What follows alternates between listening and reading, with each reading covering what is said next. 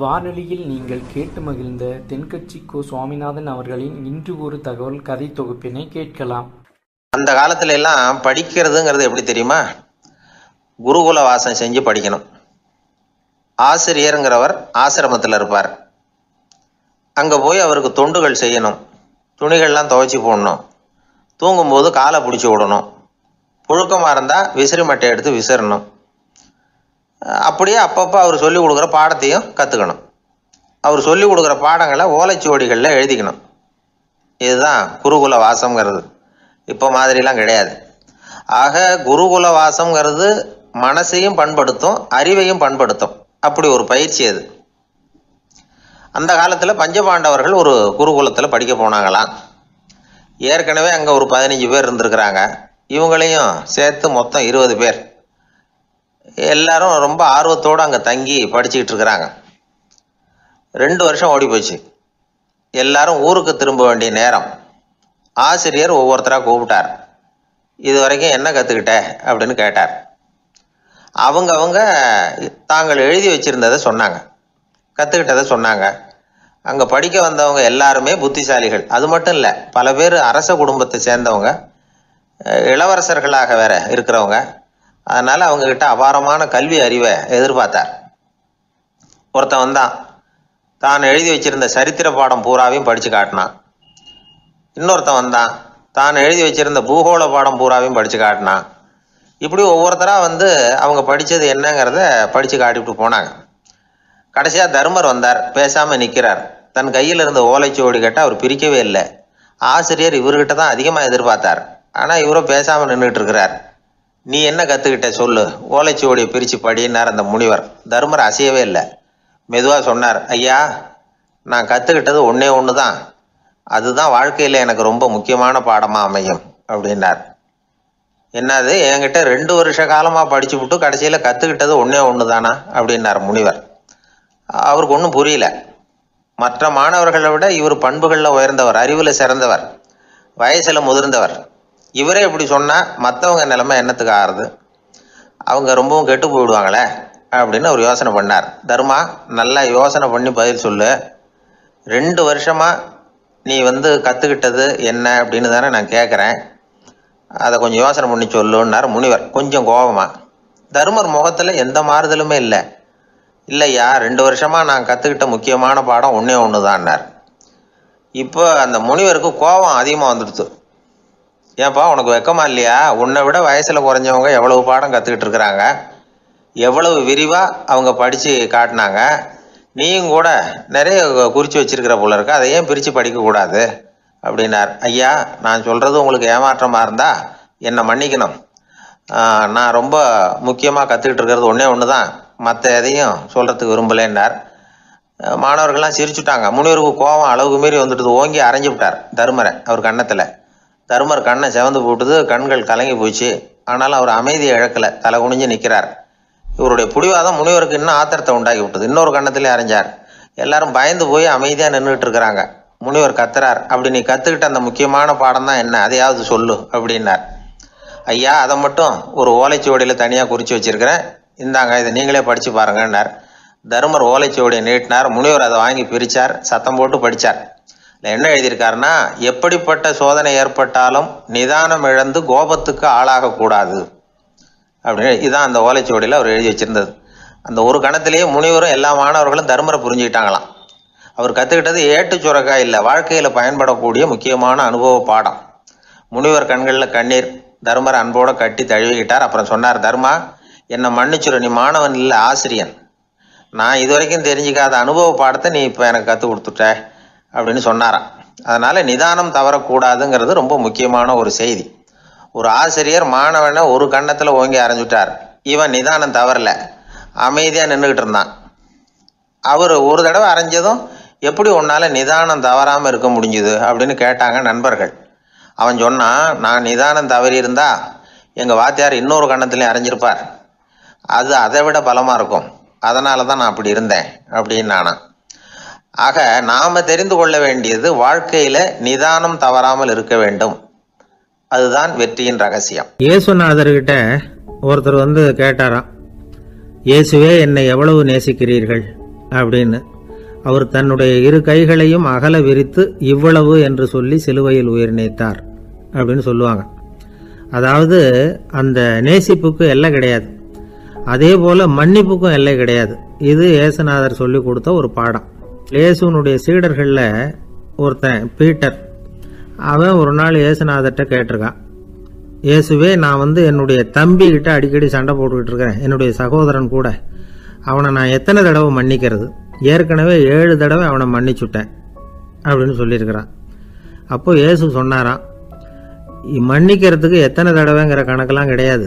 எத்தனை தடவை உன்னுடைய சகோதரன் உன்னை கோபப்படுத்துகிறானோ அத்தனை தடவை நீ மன்னிக்கிறதுக்கும் தயாராக இருக்கணும், அதுதான் அப்படின்னு சொன்னாராம். அப்போ இவனுக்கு ஒன்றும் புரியல, இது என்ன அவன் தப்பு பண்ணிக்கிட்டே இருப்பான், நாம் மன்னிச்சுக்கிட்டே இருக்கிறதா அப்படிங்கிறது மாதிரி குழப்பமாக இருந்திருக்கிறான். அப்போ இயேசுநாதர் தன்னுடைய சீடன் பீட்டர்கிட்ட ஒரு கதை சொன்னாராம். அந்த கதை இன்றைக்கு நாம் எல்லாரும் சிந்தித்து பார்க்க வேண்டிய ஒரு கதை. அதாவது மன்னிப்பை விரும்புகிறவர்கள் மன்னிக்கவும் தயாராக இருக்க வேண்டும் அப்படிங்கிறது தான் அந்த கதையினுடைய தத்துவம்.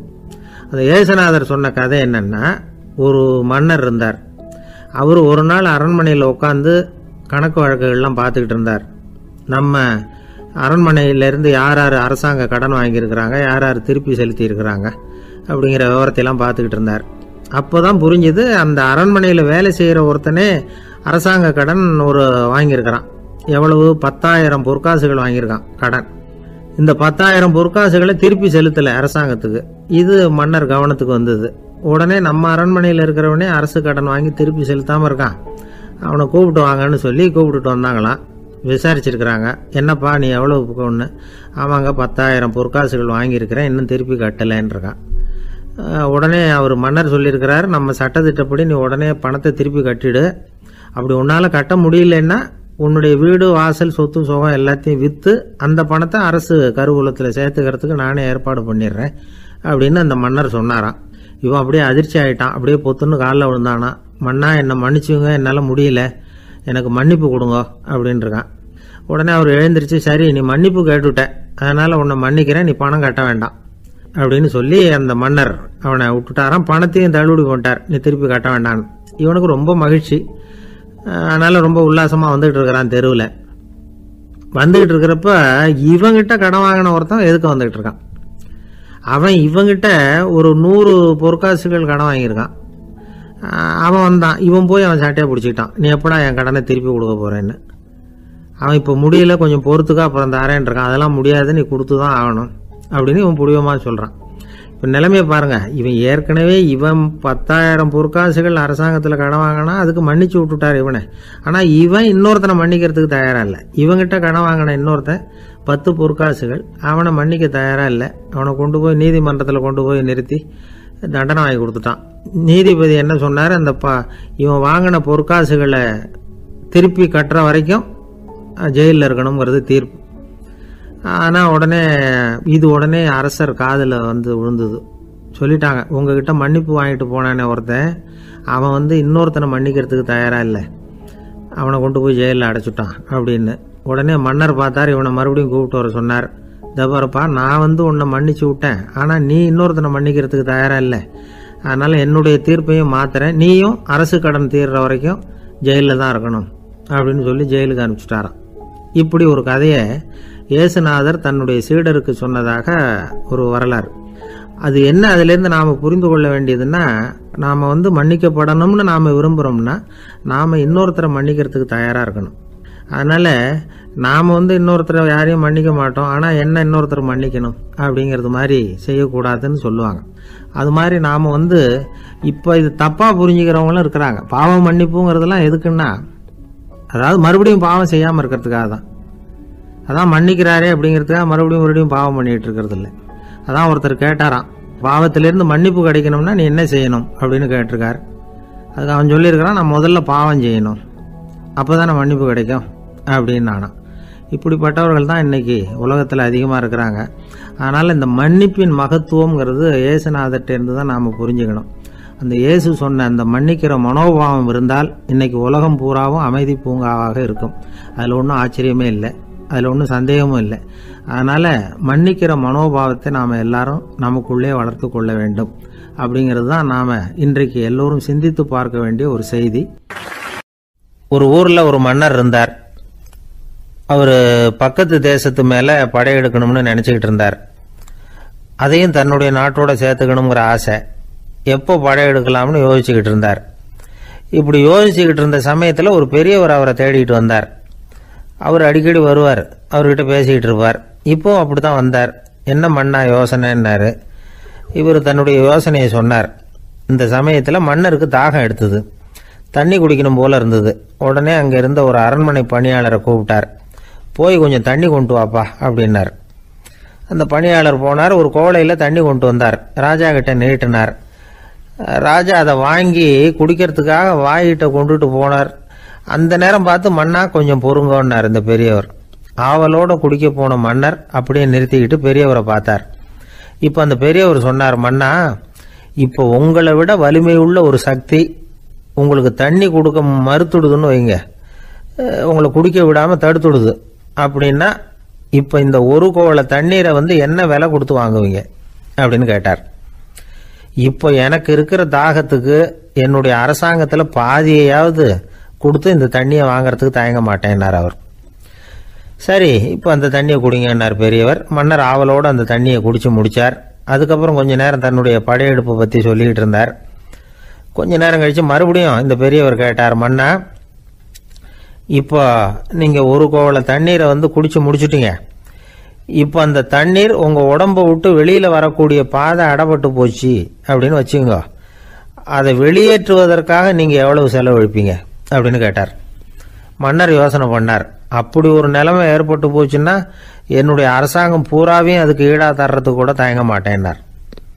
இப்போ அந்த பெரியவர் சொன்னார், எந்த அரசாங்கத்தின் மதிப்பு ஒரு கோவள தண்ணீர் அளவுக்கு கூட இல்லையோ அந்த அரசாங்கத்தை அடையணுங்கிற பேராசையில் மனிதர்கள் தங்களுடைய சகோதரர்கள் கூடவே சண்டை போட்டுக்கிறாங்களே, அதில் ஏதாவது அர்த்தம் இருக்குதா அப்படின்னாராம். மன்னருக்கு இப்போதான் அர்த்தம் புரிஞ்சுதான். மனசில் தெளிவு உண்டாச்சு. தன் மனசுக்குள்ளே உண்டான வெறியை விரட்டி அடிச்சு விட்டார். அதுக்கப்புறம் நிம்மதியாக ஆட்சி புரிஞ்சார். இப்படி ஒரு கதை. உயிருக்கு என்ன விலை கொஞ்சம் யோசனை பண்ணி பாருங்கள்.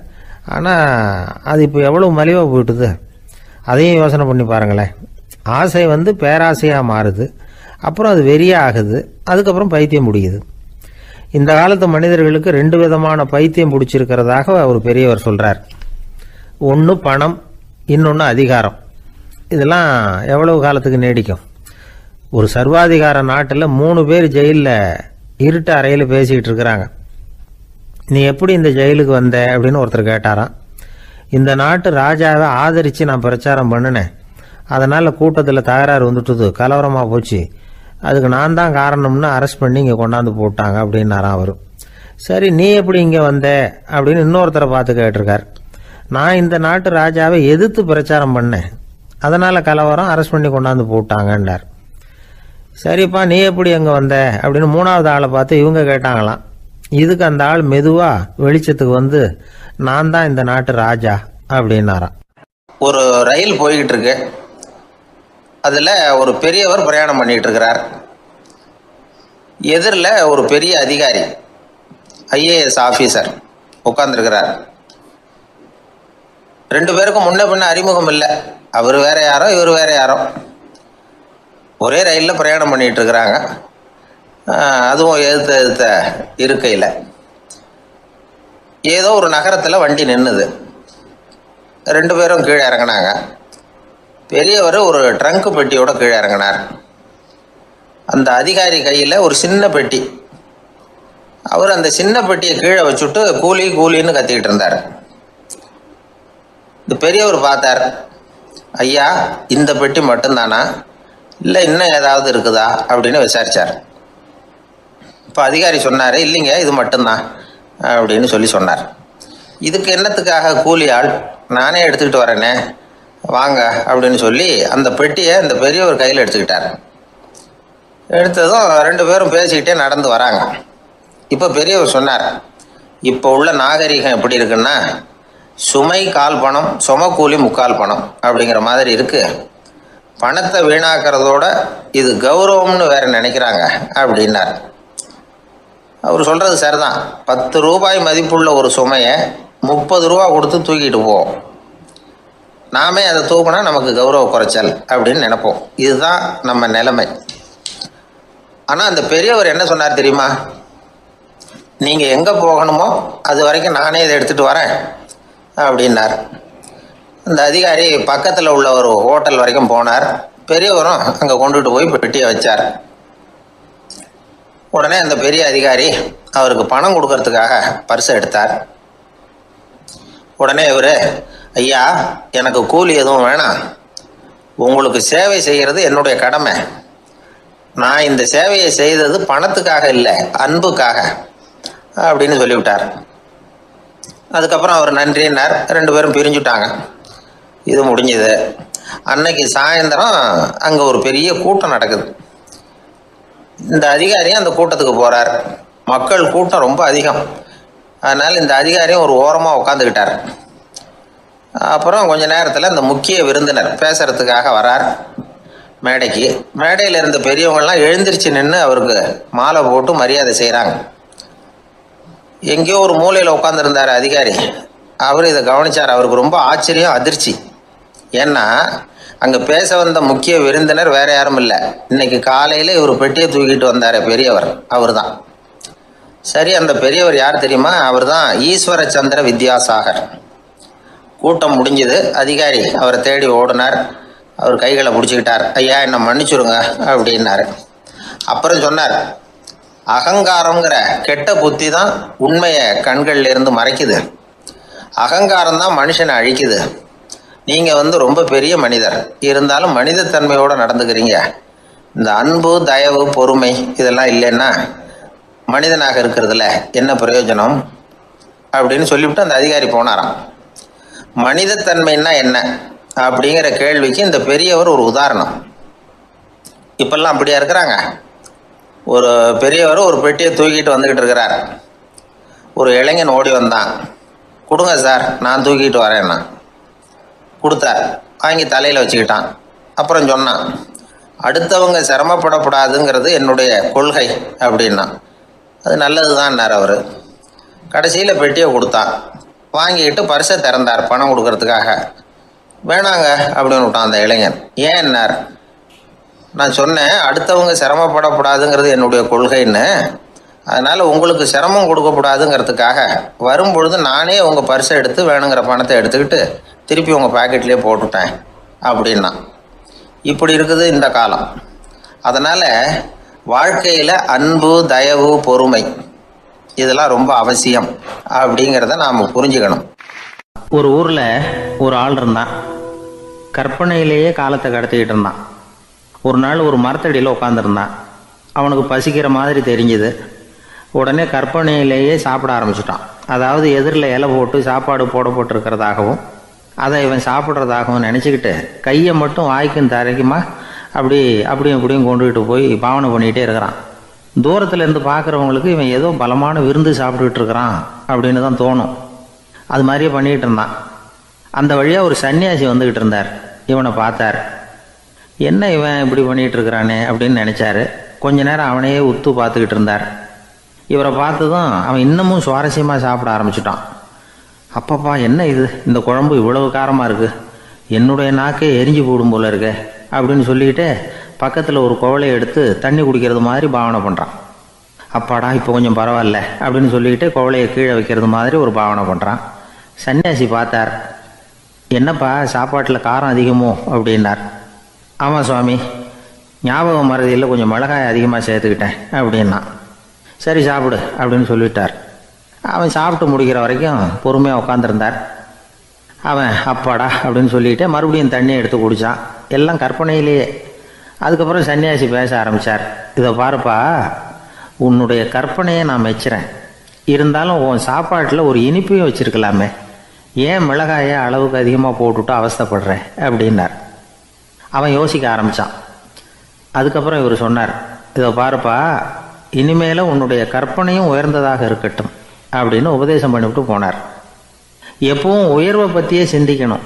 உயர்வு கிடைக்கலன்னா கூட அப்படி சிந்திக்கிறத நிறுத்தப்படாது அப்படிங்கிறார் திருவள்ளுவர்.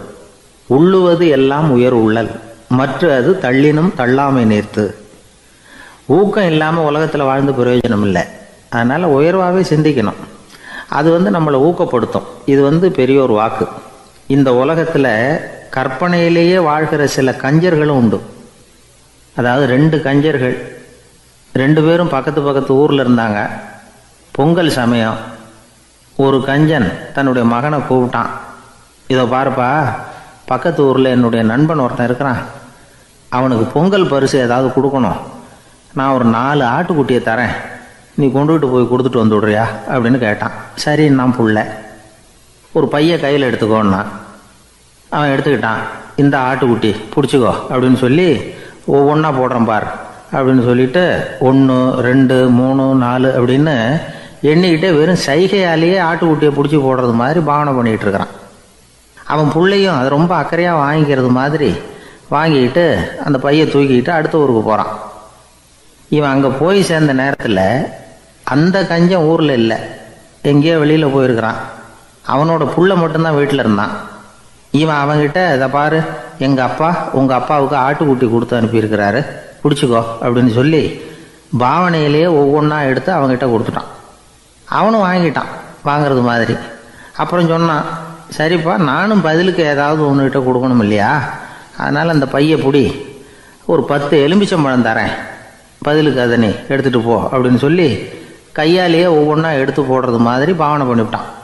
அவனும் ரொம்ப நன்றி அப்படின்னு சொல்லிவிட்டு அதை வாங்கிட்டு போயிட்டான். கொஞ்ச நேரம் கழித்து வெளியில் போயிருந்த அப்பங்காரன் திரும்பி வந்தான். உள்ள சொன்னான், அப்பா, உன்னோட நண்பர் அவருடைய மகன் மூலமாக உனக்கு 6 ஆட்டுக்குட்டி கொடுத்து அனுப்பியிருந்தார், நானும் பதிலுக்கு ஒரு 10 எலுமிச்சம்பழம் கொடுத்து அனுப்பியிருக்கிறேன் அப்படின்னா. எப்படிடா கொடுத்தேன்னு கேட்டார் அப்பா. இப்படி தான் கொடுத்தேன்னு சொல்லி சைகையிலேயே காட்டினான்.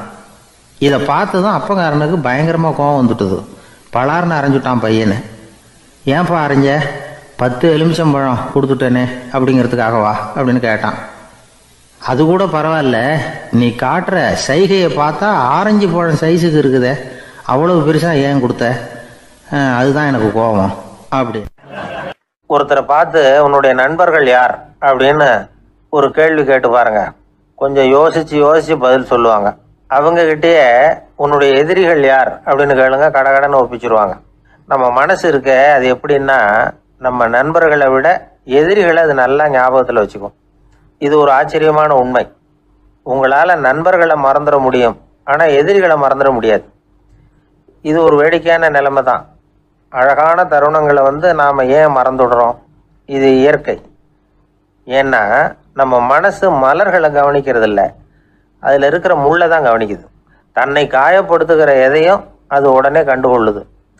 ஒரு தெளிந்த சிந்தனை உடைய மனசு மிக அழகாக உள்ள எல்லாத்தையும் கவனிக்கும். அது நன்றியுடன் உணரக்கூடிய எல்லாத்தையும் பார்த்து குறிச்சிக்கும். இப்படிப்பட்டவங்க வாழ்க்கை இயல்பாகவே நல்லா அமையும். அது ரொம்ப அபூர்வம்.